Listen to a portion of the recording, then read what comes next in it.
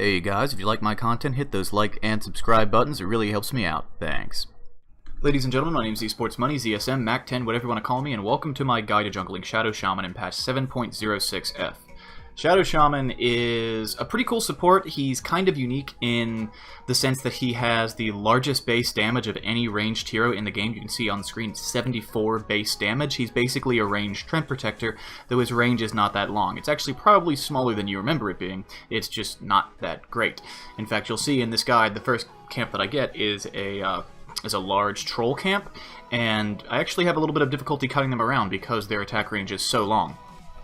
So, as far as this guide is concerned, I'm assuming that you will be playing this as a support hero, and so I got an Iron Talon, but I'm not going to be getting any of the runes. Really, you only need to get a Quelling Blade to cut down these trees and create the range, and you don't really need the damage from the Iron Talon to kill these creeps with great haste because of the fact that you have so much base damage, and if you have a melee camp on the hard camp, then it's even easier.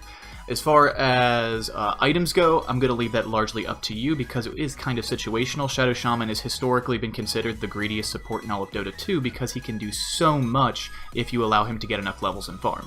Speaking of levels and farm, at level 15 he has a talent where you can choose to get additional experience. Go for that talent, it's very good on him. At level 25, Shadow Shaman has a talent that gives him additional damage on his Ether Shock. Now, I don't know if you've been paying attention, but his Ether Shock is one of the best skills in the game for support as a nuke. It has some of the worst scaling in the game, but at level 4, this is a massive amount of damage to a massive amount of targets, so I prefer to max it out first, getting a value point in my W and in my E on the way, as well as leveling up his ultimate at all the standard times. At level 20, I'm going to always go for the additional Plague Ward's talent, and I do like to get Aghanim Scepter on this hero.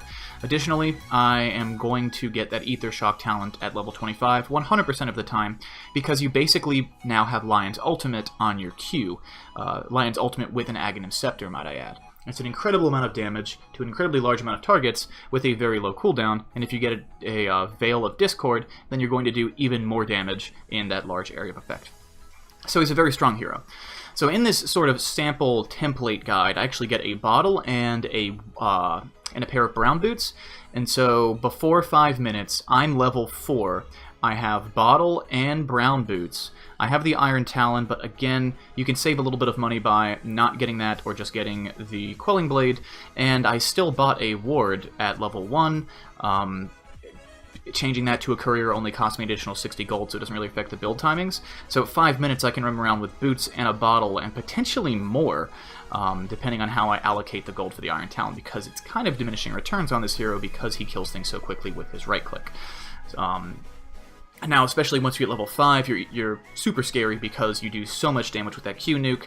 You can walk up, CC people while they take damage, and then when your CC breaks, you can just hit them with that Q nuke and kill them and possibly get some additional CS from the creeps dying around them.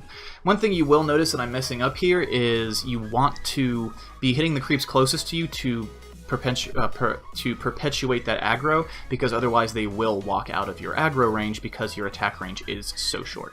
So thank you guys so much for watching. This has been kind of a quick and dirty guide, but I've been wanting to do something for Shadow Shaman for a while, and I don't think it's necessarily appropriate to spend several minutes in the game just waiting to get a Midas on the hero. So have fun, y'all, and like and subscribe if you're into that sort of thing. See ya!